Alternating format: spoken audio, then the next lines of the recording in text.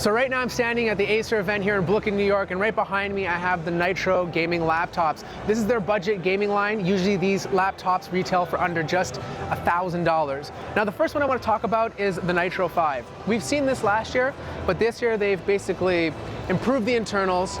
We now have a 144 Hz display. This is something we didn't have in last year's model, so this is something that's always been really requested by gamers. The next thing is the design. It's fairly similar to before, but they've kind of changed the top portion of it.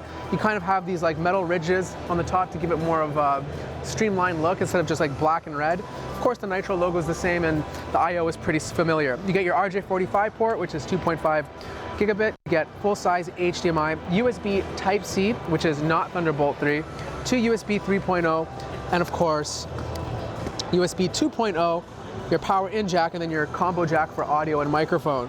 Now, there's not much of a change, but the whole premises is that you're getting upgraded internals, so most likely this is coming with a i5 9300H. They haven't announced which one yet, but that's just my gut feeling. Of course, you can buy with an i7 as well, but the biggest update to the Nitro line is actually the Nitro 7. This guy right here is more of a premium feel to the budget gaming category. So instead of like half plastic, half metal, you essentially get a full metal build even on the bottom of the laptop. The way to tell the difference between this and the Nitro 5 is by the lid of the display. This has like little lines going through diagonally and it just looks a little bit cleaner, whereas on the Nitro 5 you have like black and red all over the laptop.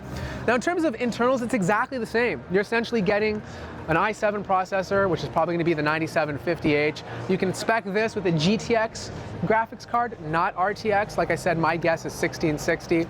And of course, you can get it anywhere with 8 to 16 or even 32 gigabytes of RAM.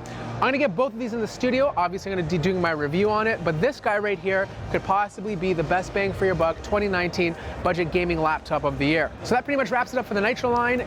Check out my other videos on the Predator lineup, which I'll place in the description down below. Like the video if you liked it, subscribe if you haven't already, and I'll see you guys in the next video.